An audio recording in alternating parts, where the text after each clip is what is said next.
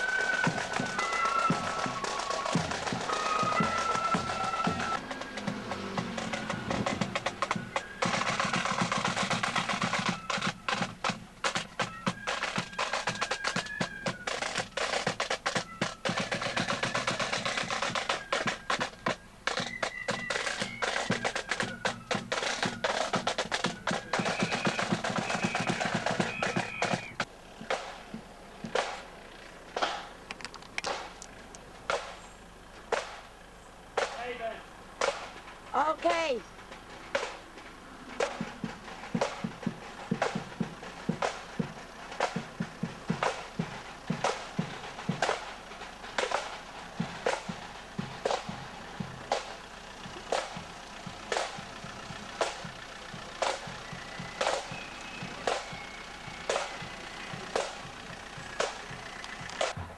There's a car coming.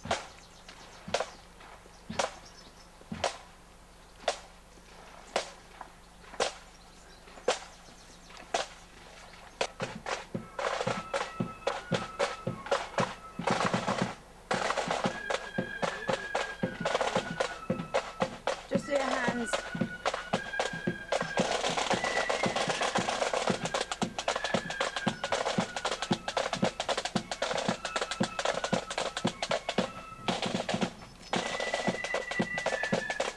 That's it, slow up. Keep going.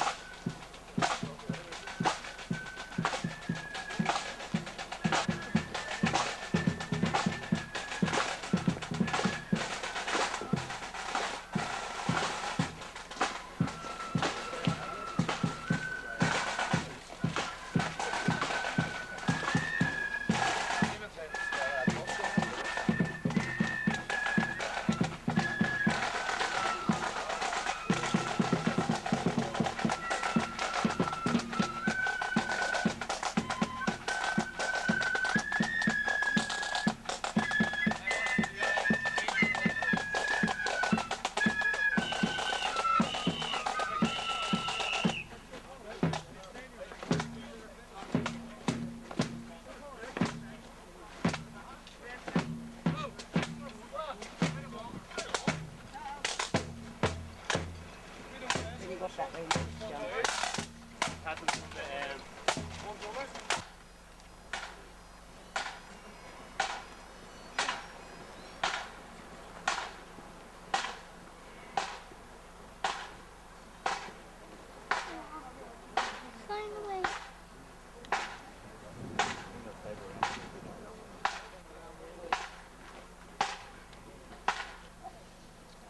I want to welcome each and every one of you today as we're standing here at the grave of Ruth Tone, founder of Republicanism.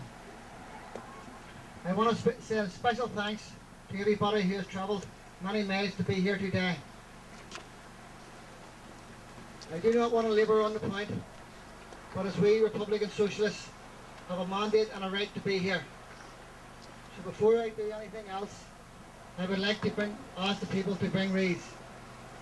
First of all, I would ask the Ard Comhairle of the Irish Republican Socialist Party.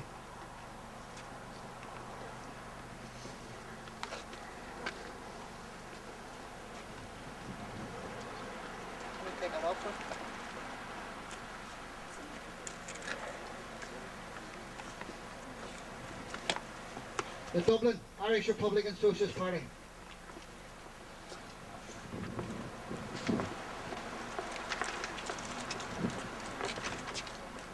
Bray Irish Republican Socialist Party.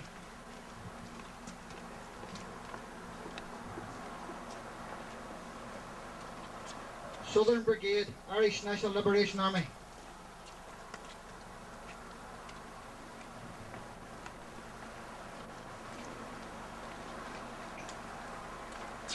Staff and volunteers of the Irish National Liberation Army.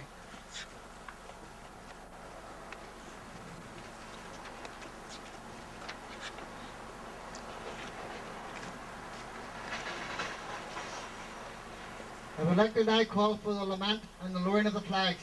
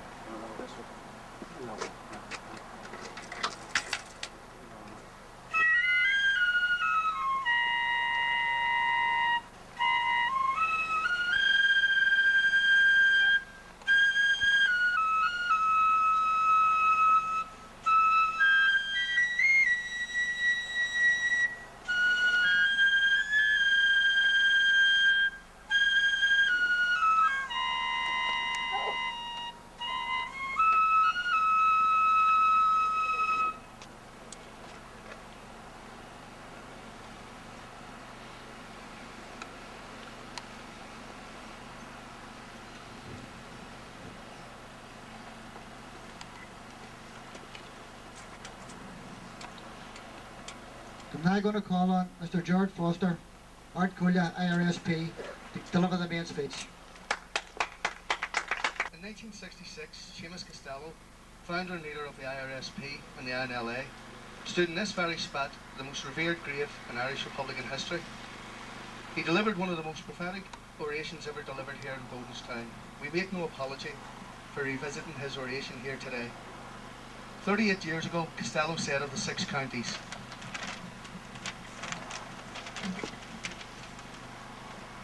"In the north, the destinies of 1.5 million of our countrymen are controlled by a puppet regime whose existence for some 45 years has depended on the support of British armed forces.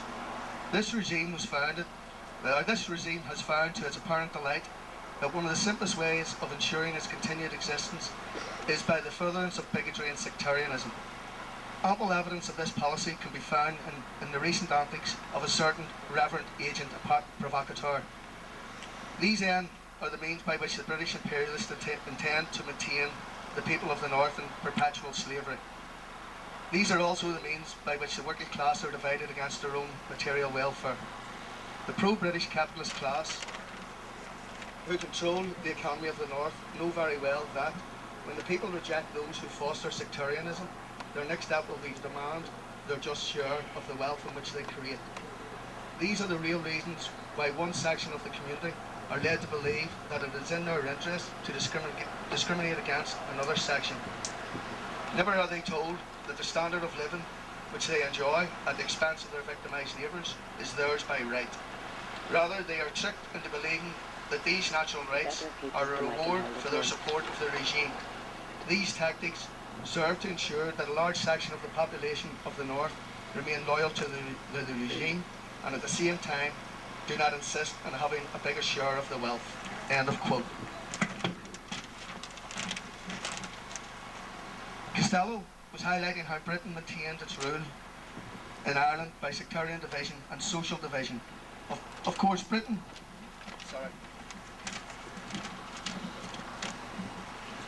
Of course, Britain could not only have done this by armed forces alone.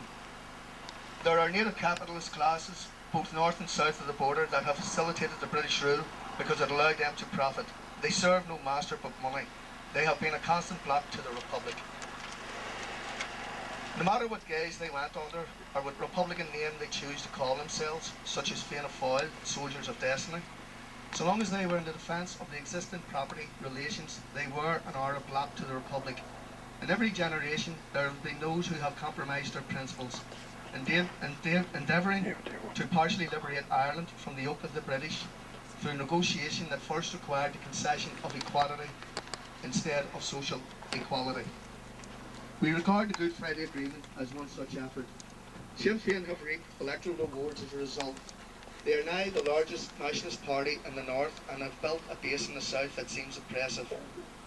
But in so doing, they may well have forgotten the lessons of history. The Workers' Party once had similar success in the south. Where are they now? When a political movement ditches its principles, it may well have short-term electoral reward, but in the long term, it will be no longer what it was. It would be remiss of us at Bodenstown not to highlight that Wolfe Tone, over whose grave we stand, believed in liberty, fraternity and equality. Liberty includes the freedom to express your views without fear or favour. We call on all who call themselves Republicans to recognise the right to dissent, the right not to agree, the right to articulate minority views. And we call on all Republicans to condemn anyone or any organisation that tries to stifle political opinions they don't agree with. We in the Republican Socialist movement have endured bitter times in the past. We have learned that the way to resolve difference is not to take up a gun against our opponents, but to respect their views while not agreeing with them. We have strong difference with other Republicans over such issues as the Good Friday Agreement, abstentionism, armed struggle and so on. But we must not allow those differences to embitter us or demonise our political opponents. If we call for the unity of the working class, so also should we call for the unity of Republicans on issues on which we can agree. That is why we welcome the growing openness among all shades of Republicans to sit down together and discuss issues. We have long called for a broad front. A few years ago, we published the idea of Republican Forum, where Republicans could discuss differences in an open and fraternal way and debate how best to move towards the Republic. Therefore, we can but only welcome calls for a Republican Congress. This movement will play a constructive role in helping bring about that. But what is unique about our analysis of the political situation is that we assert that the Republic will not emerge under capitalism. Unless the working class, as a class, take a leading role in the national struggle fighting for social freedom, the end result will be a neo-colony in the thrall of international capital. The forging of links between different sections of working class is critical to the successful struggle of socialism in Ireland. As Republican Socialists, we support the continuing dialogue with sections of the unionist working class. However, that dialogue must be an exploration and an examination of working class communities, views, fears, and most importantly, politics. Liberty, fraternity and equality for Protestant, Catholic and dissenter are principles which remain the cornerstone of Republican socialism. They also represent the best formula for uniting our class. Seamus Costello recognised in an article that engagement with the unionist working class was and is important, but equally so there can be no exclusion of Republican socialist politics from any agenda concerned with working class politics, such as practiced by the Socialist Environmental Alliance in the North's election. Costello wrote, Connolly was totally in opposition to this approach. He categorised them as gas and water socialists. Today, in Belfast, we have what we call ring road socialists. They are exactly the same type of people. They are, in fact, the leadership of the official Republican movement in Belfast. We maintain that any cooperation with the Protestant working class must be on a basis of a principled political position. It must be on a basis of explaining fully to the Protestant working class what all our policies are, not just our policy on the ring road. We must try to politicise them simultaneously with conducting a political campaign to get rid of Britain. It will be primarily an educational function or an educational campaign directed towards Protestants in the hope that at least some significant section of the Protestant working class will understand. End of quote. In reaching out to all sections of the working class, including the recent arrivals from our country fleeing economic and political oppression, we must not be afraid to face up to issues. We are told by administrations in Dublin, Belfast and London, and we are also told by some Republicans, that the failed Good Friday Agreement will somehow provide not only a pathway to peace on the island, but is also a stepping stone to a democratic socialist republic. Like Saddam's weapons of mass destruction, this is hogwash. We are being asked to believe in a new Republican slogan: liberty, fraternity and equity.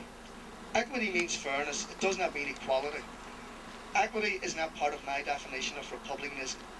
Equity can never lead to equality.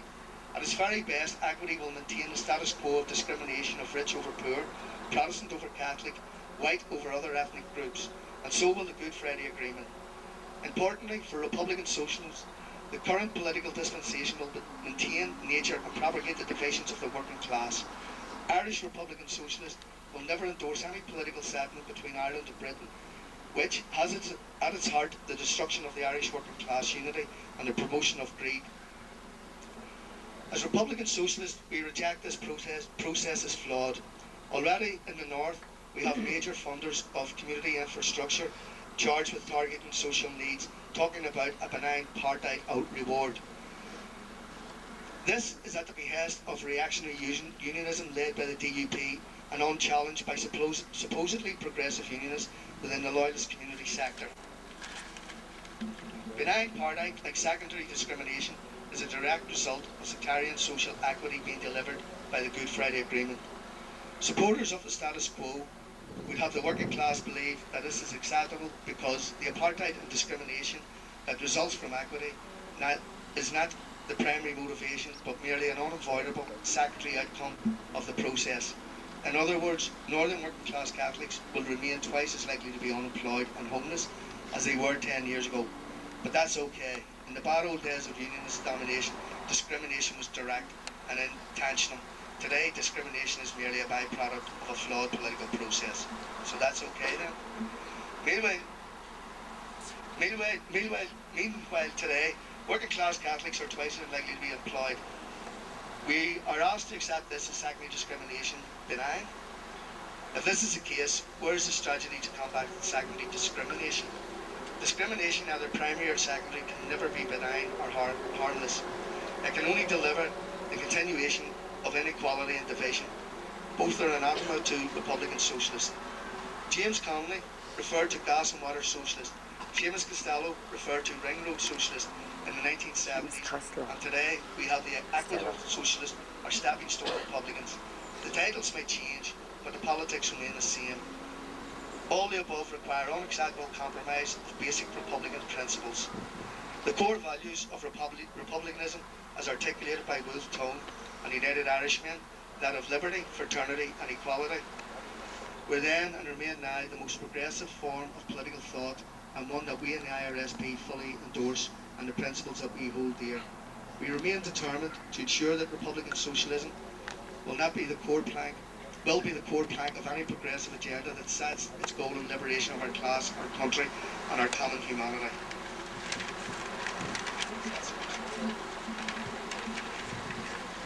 In his 1966 oration, Seamus Costello laid out the path to the Socialist Republican. This in effect means that we must aim for our ownership of our resources by the people, so that these resources will be developed in the best interest of the people as a whole. Some of you may feel that these aims are impossible to achieve until such times as we have an independent all-Ireland government. It is certainly true that some of these aims will not reach fruition until such times as we have an all-Ireland Parliament. However, in the meantime, you as Republicans have an extremely important role to play in the furtherance of this policy. It is your duty to spearhead the organisation of a virile cooperative movement among the farming community. It is also your duty to use your influence as trade unionist to organise a militant trade union movement with a national consciousness. In short, it is your duty to become active, hard-working members of each and every organisation that is working for the welfare of all the people and towards the unification of this country. As it was in 1966, so it is today. Comrades and friends, here today, get out there and work for the liberation of your class and of your country. Shinny.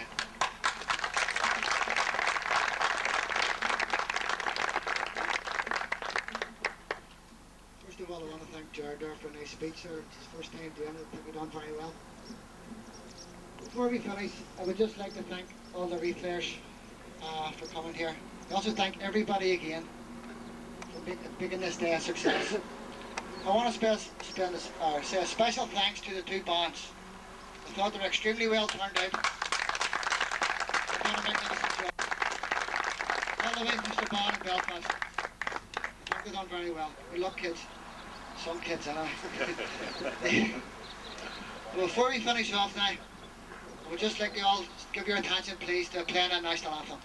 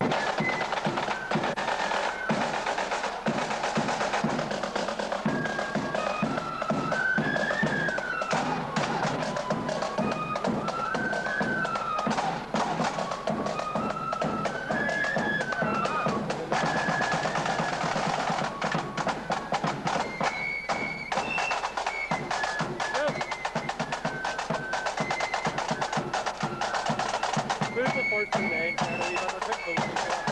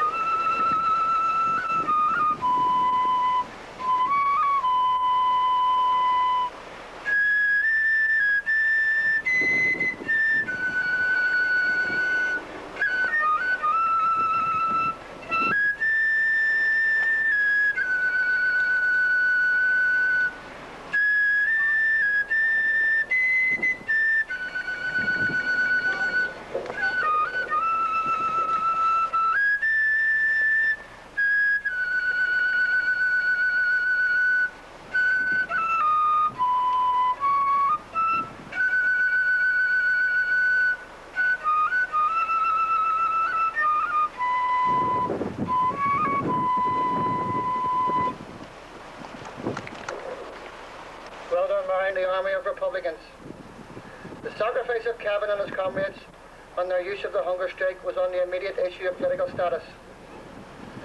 The refusal since the Republican struggle began in the 1790s of Irish Republicans to accept criminalisation is absolute.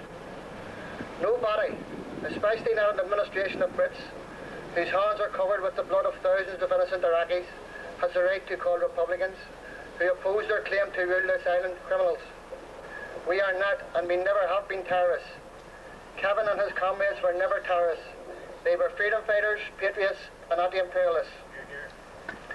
Today, as we salute the memory of Kevin Lynch, hunger striker and political prisoner, it would be remiss of us not to express our full solidarity with the current Republican political prisoners in McAvery, and reiterate our call for the immediate release of Daisy O'Hare and the other qualifying Republican prisoners under the terms of the Good Friday Agreement. We make no distinction between different Republican groupings when it comes to solidarity with Republican prisoners.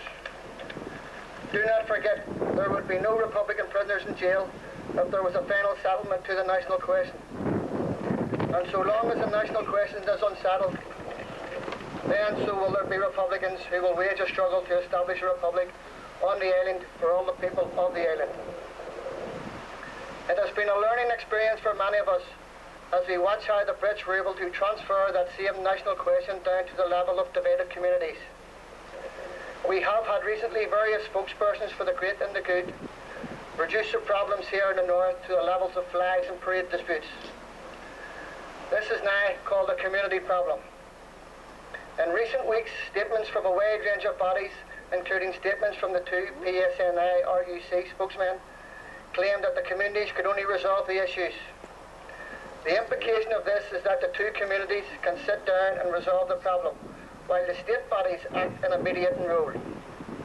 Let me run that by you again. The state bodies acting in a mediating role. I say it now. The paratroopers in Ardoyne on July the 12th, 2004 were mediating, just like they did on Bloody Sunday in 1972. And yes, the Parades Commission made two rulings that the mediating RUC PSNI overruled in order to allow loyalists to trample the crappies back into the ground in Ardoyne and Lurgan. And did you not realise that the British state is neutral between the two communities and only want to help us get together and be nice neighbours? Really? Those Catholics and refugees who are being petrol bombed and pipe bombed from their homes by decent loyalists will really have to be nicer to their neighbours and do nothing to offend them, like being different. Blame is allocated equally by the great and the good. We are all to blame, and those who claim jurisdiction over us really have our best interests at heart. But we know different. The reality is that sectarian elements in unionism want to lord it over nationalists. It is a case of crappie lie down. They are aided and abetted in this by a range of state bodies, including the NIO, the police force, the prison service, and the intelligence agencies. Many employees of state bodies acquiesce in sectarian attitudes and actions. The theft of security documents by RII soldiers from Castlereagh and the subsequent handing over to them to the UDA shows a continuing close contact between armed loyalism and British military. 6 years after the Good Friday Agreement, in terms of troop levels and collaboration, nothing has really changed. The Independent Monitoring Commission has highlighted the ongoing high number of British soldiers stationed in the north. In a report on British demilitarisation, the Commission said troop levels in the north were at just under 15,000. This is larger than the number of British troops in Iraq. The number was supposed to be reduced to 5,000 as part of Britain's commitments under the Good Friday Agreement. 6 years on, and the so-called historic Good Friday Agreement, we do not have justice, democracy, or freedom. We have a vast police force, a bigoted prison service, and an arrogant bevy of British overlords making decisions for us. No democratic assembly, and naked sectarian hatred giving free range of each lie. Unionism simply does not recognise the right of people in the north to be either republicans or nationalists. Like the Bourbon kings of France, they have learned nothing. July 2004 confirms that the state of Northern Ireland is, in essence, still a cold house for nationalists. It is very important for us as Republicans not to fall into the trap posed by the misuse of language. We all have seen how the spin doctrine of the Blair government in Britain has turned language around so that truth becomes lies and lies become truth. The armed occupation of a foreign country becomes its liberation. We reject the notion that there are two separate divided communities. There are not two communities. Instead, we have a divided working class who clash in depraved areas. And while elements of that self-same working class clash, particularly in July, those who benefit from the sectarian clashes jet off to sunnier climates, tut-tutting about the fighting going on amongst the lower classes. Was it for this that men and women sacrificed the best years of their lives in struggle, in prison, in exile, and for many in death? Was it for this that the hunger strikers died? Surely it is legitimate to ask hard questions. It is not time to call a halt to the endless round of talks about talks. Don't misunderstand what we are saying. We Republican Socialists are in favour of dialogue. We emphatically state that armed struggle is not the way forward. To go down that road at this time is to go down the road to nowhere. It is not an option. Armed struggle today is emphatically not the road that leads to the Republic. Yes, dialogue is possible, but there can be no more pussyfooting around. If there are those who refuse to talk to any section of republicanism and nationalism, then it should be clearly understood that Republicans can and will withhold their consent to the running of the six-county state. And we believe it should be clearly understood that from the Republican perspective, any arrangement that is internal is temporary, transient and transparent. Surely it is time for the Good Friday Agreement has not worked, does not work, and is unlikely to work in the future. Northern Ireland as a political entity does not work. There is no permanent solution possible that envisages the continued existence of the sectarian six-county state. Our whole history of struggle, our experiences of fighting the Brits, of living under the thumb of reactionary unionism, of enduring prisons, hunger strikes, brutality, and sectarian hatred, has steeled into our souls the unbreakable belief that the only solution to our problems is the establishing of a republic that the workers, that is the vast majority of the people of Ireland, Catholic, Protestant and dissenter and refugee, can control. At the end of the day, the only class Republicans can rely on is not that class that sucks you in and then sells you out, but the Irish working class, the incorruptible inheritors of the fight for freedom. In perpetuating and honouring the name of Kevin Lynch, hunger striker, soldier, socialist, we reaffirm our commitment to the Republic of James Connolly.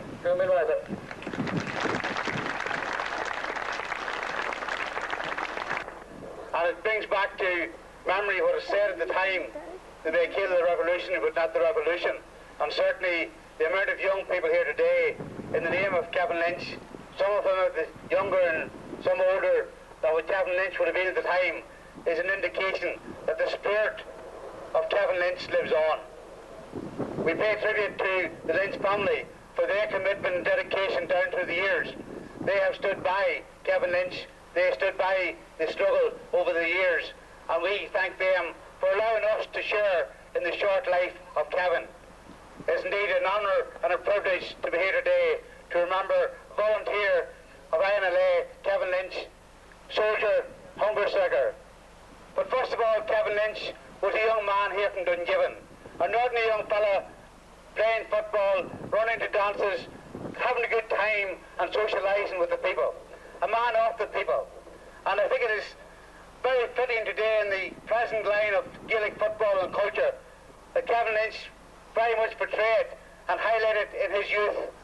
And he would have been a happy man today seeing the number of northern teams that are running the Gaelic Athletic Association at the present time, and very clearly taking their place in the Gaelic culture of Ireland that Kevin Lynch portrayed so well in his young day, playing in minors for Derry and highlighting and getting rewarded for that tribute. But today we remember him here as a hunger striker who died after 71 days on hunger strike. on the 1st of August. It seems a long time ago in one way. It is a long time ago in years. But it seemed only yesterday that the urgency of the hunger strike, the fact that men were dying just a few miles down the road, inside a cage, inside walled round, as the motorway passed by and people went on ahead about their daily chores. That urgency that the hunger strike brought to the suffering of prisoners over the years was brought to a head by that hunger strike. And it took that to waken up the Irish people, that here we had a repeat of history, that once again Irish Republicans were dying for a just cause. They weren't dying just for a suit of clothes or the right to assembly or walk. They were dying to regenerate this struggle. And today, as we see so many young people here gathered in this commemoration, they certainly have achieved that, because this struggle was not killed off when they allowed men to die on hunger strike. It was not killed off when they punished and intimidated prisoners in Armagh jail, the women prisoners there who were standing side by side with the men in Long Kesh. It has not intimidated the nationalist people who now have a confidence to take on, negotiate and drive forward the struggle for independence and freedom. It has not intimidated the Republican working class people who actually have taken up that cudgel and actually said, we will remember, but we will follow and we will continue to struggle for the ideals and just aspirations of the hunger strikers of 1981. So today, as we assemble to remember the hunger strikers, we also recommit ourselves to give this struggle for freedom our leadership. Let us not be divided by small party political differences. Let us be the struggle of the future. Let us come together as the men in Long Kesh, IRA prisoners come together to form a campaign to bring about an end to suffering within the prison, and also to give leadership to our people right across the island of Ireland, that this struggle is bigger than any one individual, this struggle is bigger than any one party, this struggle is a struggle for Republican Labour throughout the island of Ireland. And so than any one individual, this struggle is bigger than any one party, this struggle is a struggle throughout the island of Ireland. And so today, we recommit ourselves to that. And we need to study our tactics in the future.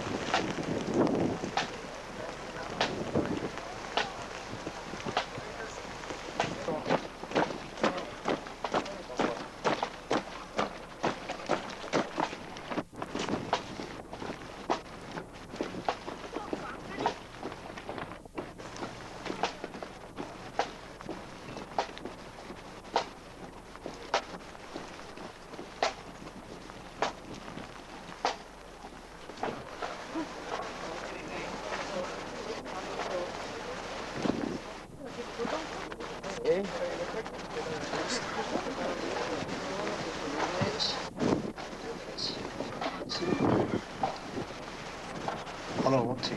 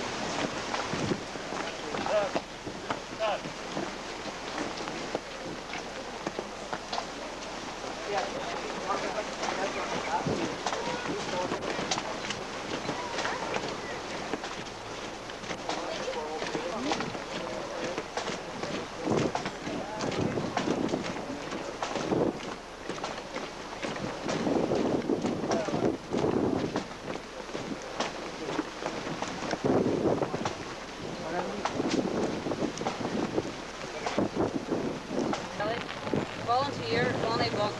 Volunteer, Noel Little. Volunteer, Jim Poyer. Volunteer, Matt McKernan. Volunteer, Patsy O'Hara. Volunteer, Kevin Lynch. Volunteer, Michael Devine.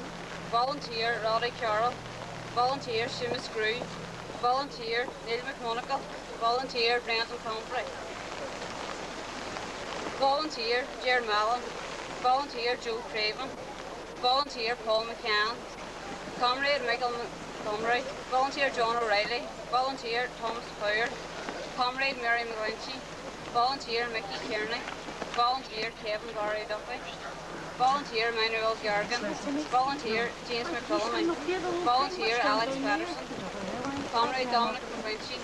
Comrade Hesse Phelan. Volunteer, Gino Gallagher. Comrade Dermot McShee. Volunteer, John Morris. Comrade Anthony Dornan. Volunteer, Patrick Campbell.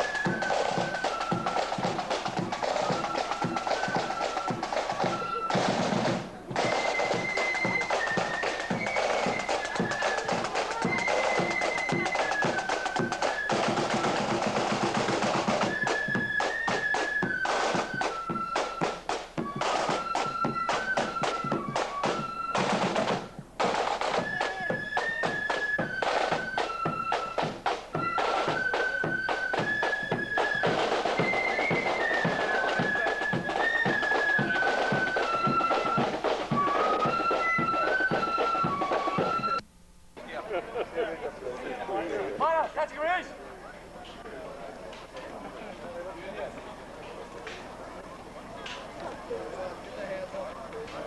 Hannah, alright. Hannah, towards Marshall. Hannah, play Marshall.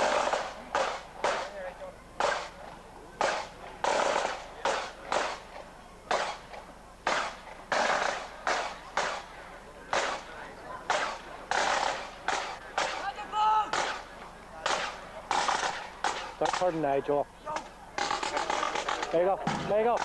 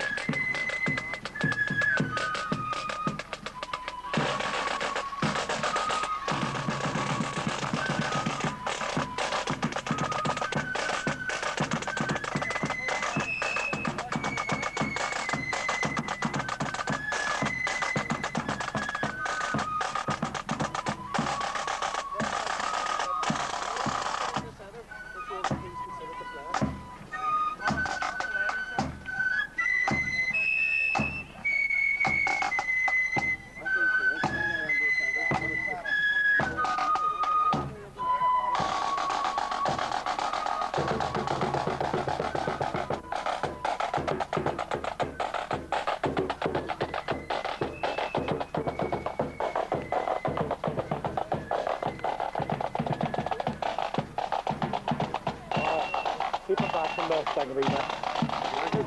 Keep them back from the flares a wee bit. That's not too bad, I think.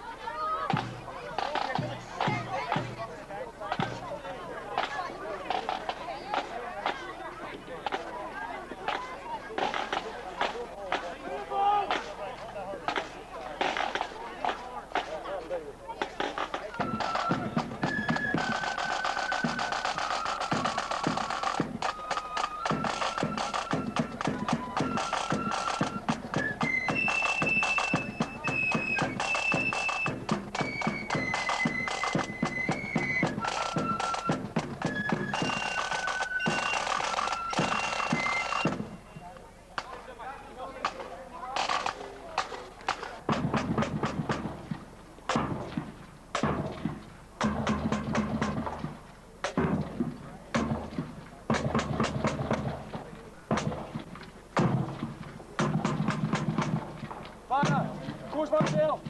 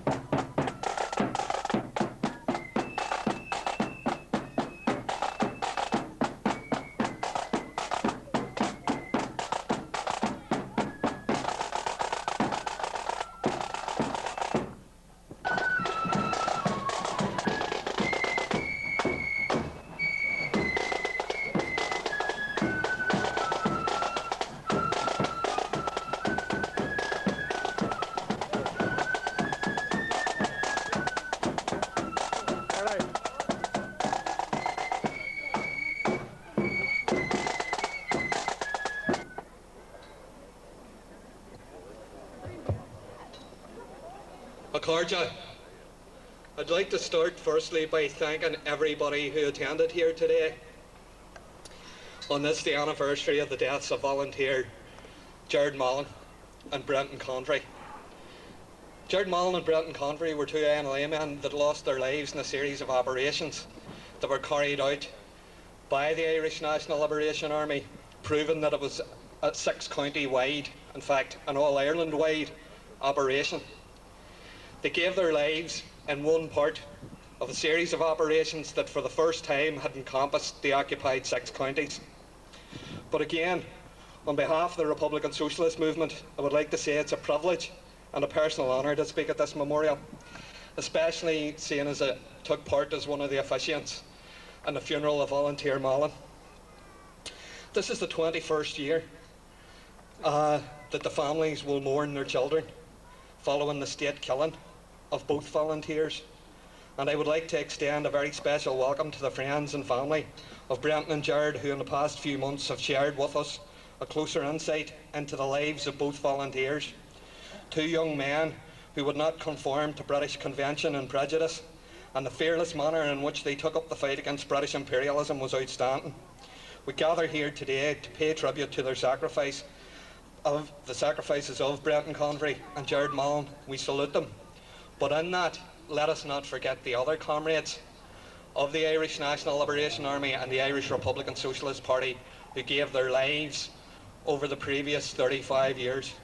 And in order to do this, I'd like to call Wooly Gallagher, IRSP Ardcolia member and former ANLA prisoner, to read the ANLA Roll of Honour.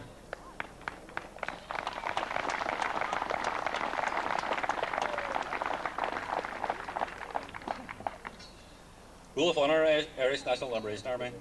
Volunteer Hugh Ferguson, Volunteer Danny Lochran, Volunteer Brendan McNamee, Volunteer Ronnie Trainer, Volunteer Seamus Costello, Volunteer Colin McDonough, Volunteer Tommy Trainer, Volunteer Tony McLennan, Volunteer Miriam Daly, Comrade Rose Campbell, Volunteer Ronnie Bunting, Volunteer Noel Little, Volunteer Jim Power, Volunteer Matt McCarnan, Volunteer Patsy O'Hara, Comrade Hugh O'Neill, Volunteer Kevin Lynch, Volunteer Michael Devine, Volunteer Roddy Carroll, Volunteer Seamus Grew, Volunteer Neil McMonigal, Volunteer Brendan Convery, Volunteer Jared Mallon, Volunteer Joe Craven, Volunteer Paul McCann, Comrade Michael Montgomery, Comrade Pierce Moore, Volunteer John O'Reilly, Volunteer Thomas Power, Comrade Mary McGlinchey, Volunteer Mickey Kearney, Volunteer Kevin Barry Duffy, Volunteer Emmanuel Gargan, POW Colin McGuire, Volunteer James McPhillamy, Volunteer Alex Patterson, Comrade Dominic McGlinchey, Comrade Hesse Phelan, Volunteer Gino Gallagher, Comrade Dermot Tonto McShane, Volunteer John Morris, Volunteer Patrick Campbell, Comrade Anthony Doran, Volunteer Colin Murray, and Comrade Billy Lynch. Thank you.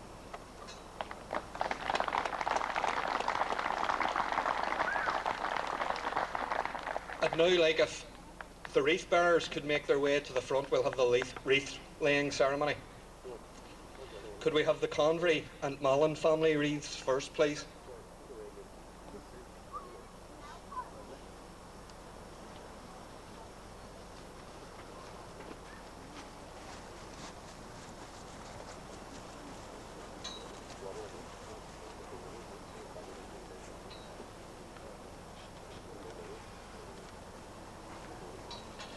Can I have the wreath from the staff and comrade volunteers of the Irish National Liberation Army?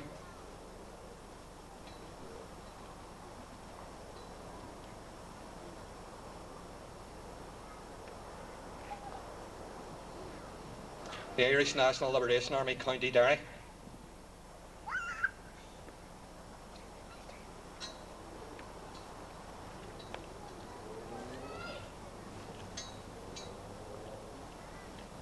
The Ardcolia and local Colia cantors of the IRSP.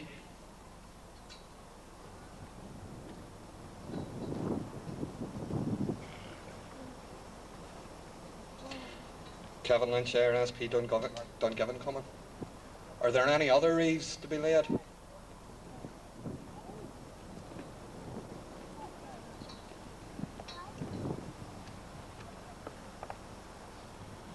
Even though this has been a very silent and solemn commemoration, I would now like to call for a minute's silence to remember all the volunteers and all the comrades who have lost their lives since the inception of the Irish National Liberation Army.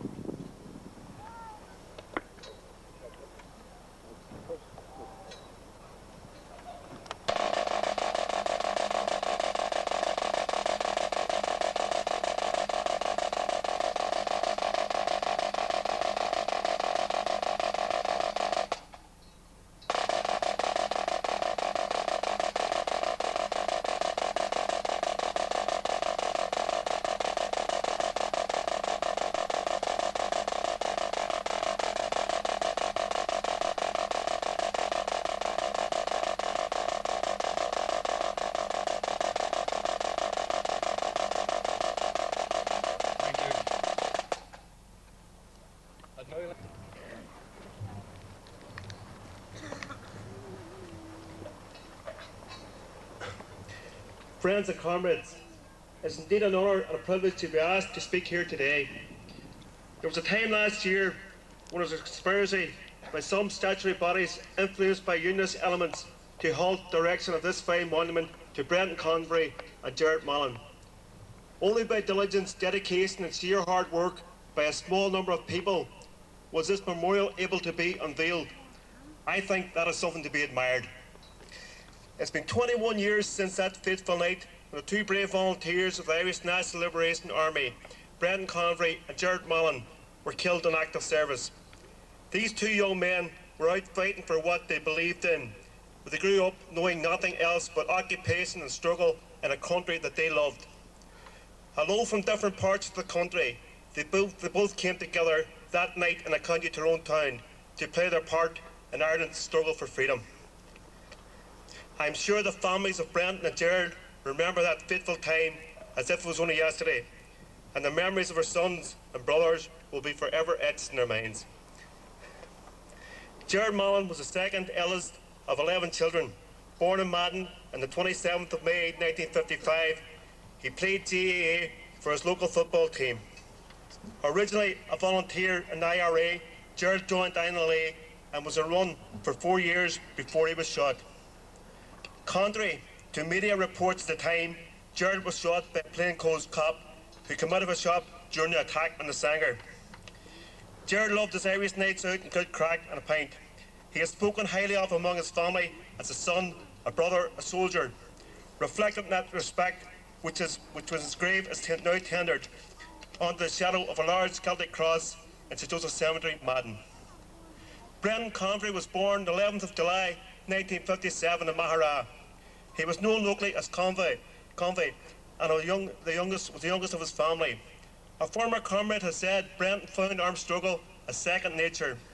He was strongly influenced by the incarceration of his older brother and by the death of 10 hunger strikers. Like his comrade Gerard Mallon, fear was not part of his vocabulary. As a music lover, Brendan played the guitar. At the time of his death, he had a young wife and 1-year-old baby living in Dundalk. He died in the attack on the Sanger in Dungannon. A riot took place at his funeral as the forces of the British Crown, in a massive show of strength, tried to intimidate Republicans. Brendan's body now rests in peace in Glen Graveyard. They say we're living in different times, and it's time to put the past behind us. It's time to move on, move the process forward. Friends and comrades, I do not know what that means. Yes, we do live in a different time. It is now the 21st, not the 20th century, when many Republicans of all persuasions took up a gun against a cruel and repressive regime. The monstrous crime of partition that was forced on all Irish people in the 20th century, and that led to numerous programmes, burnings and shootings, and murders still exists. Right-wing sections of unionism can't abide having tags about the place. The British have an overall strategy of overall sovereignty over the 6 counties. We have an allegedly reformed police force, yet it has failed not only to deal with racist attacks, but has also singularly failed to do adequately with anti-Celtic attacks. This reflects the institutionalised racism and anti-Celtic culture of the RUC-PSNI. The IRSP maintain that sectarianism is inherent in every essence of a 6-county state and is permitted through the body politic, so much so that even reasonable, rational people accept it and see it nothing wrong with it. The British government, the Irish government, and all the main political parties here negotiated or accepted on the basis which the Good Friday Agreement was based. That is, there was two distinct communities here in the north of Ireland. Let us be clear and unambiguous. The IRSP reject the concept in its entirety. It leads to communities determining who lives in their area. It almost justifies the exclusion of those who are different. It forces people to define themselves by religious faith. It allows for segregation, apartheid, and ensures that ordinary working class folk will never have the opportunity to reach out in class unity with one another. We need one Ireland with many cultures, not two Ireland with one culture. So long as the premise on which the Good Friday Agreement was based is maintained, then so long will the bitter division between northern people exist. Sectarian attacks have rocketed since the signing of the Good Friday Agreement. We have now more peace walls in place than we had during the armed conflict. The peace walls have gone up because unscrupulous and sectarian politicians have whipped up sectarian fears about the advantages that our community has got, thus provoking sectarian clashes between two poor working class communities.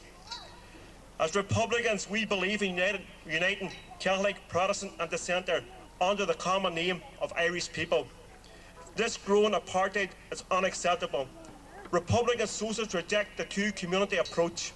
There is one community and a divided working class, and the only solution that has any hope of solving the question of sectarianism and the national question is the building of a socialist republic. This is what Republicans fought for in the 70s, 80s and 90s. Did men and women sacrifice the best years of their lives and struggle in prison and exile, many for death for many for something else? We are not opposed to talks, not opposed to dialogue, not opposed to round table talks. Yes, dialogue is possible, but there can be no more messing around. If there are those who refuse to talk to any section of republicanism or nationalism, then it should be clearly understood that Republicans can and will withhold their consent to the running of a six-county state. We never wanted a six-county state. We never asked for it. We don't want a six-county state, and we never will want a six-county state.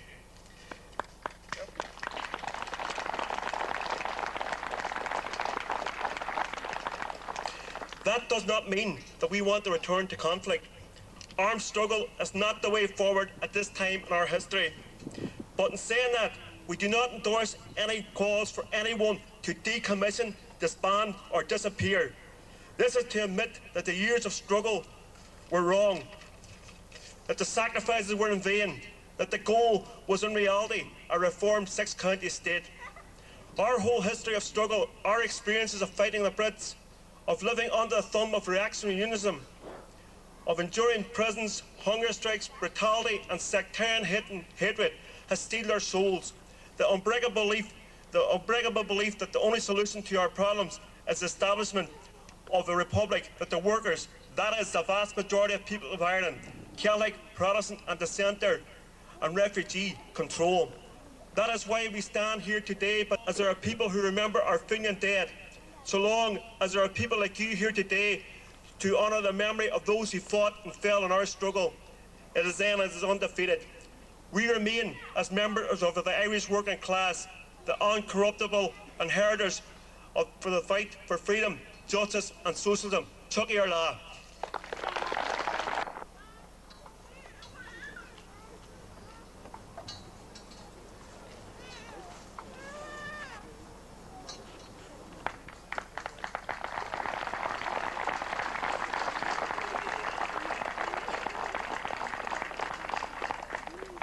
And just before the national anthem, I'd like everybody again to remember why we're here, particularly in the light of the comrade speech.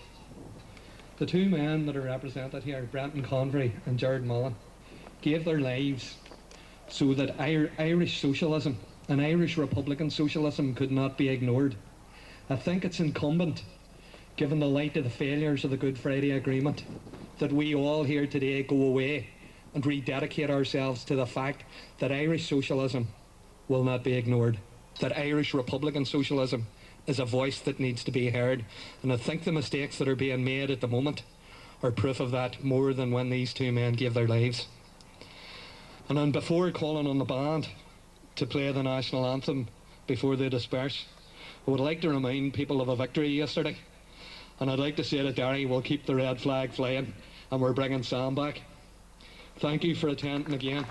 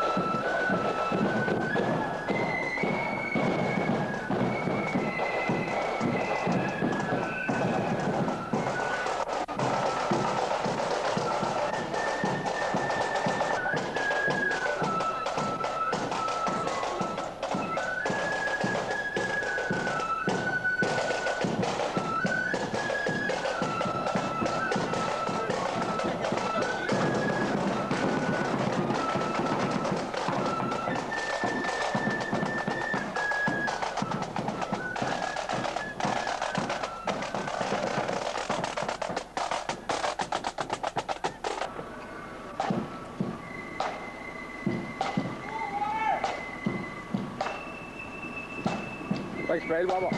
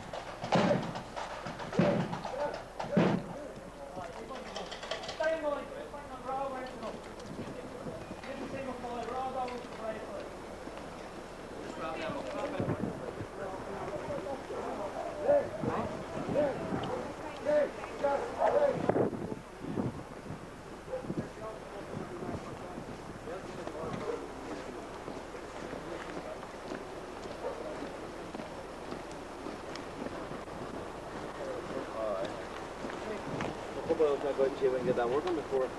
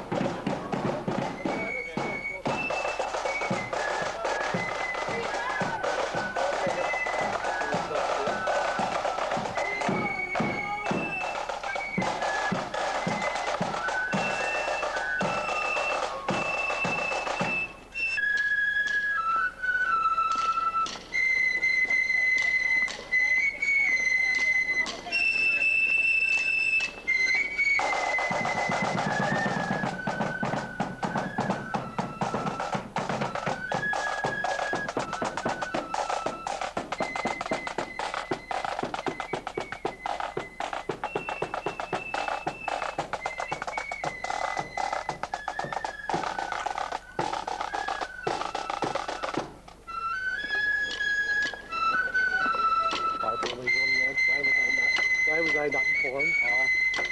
I didn't get past me. I didn't pass it.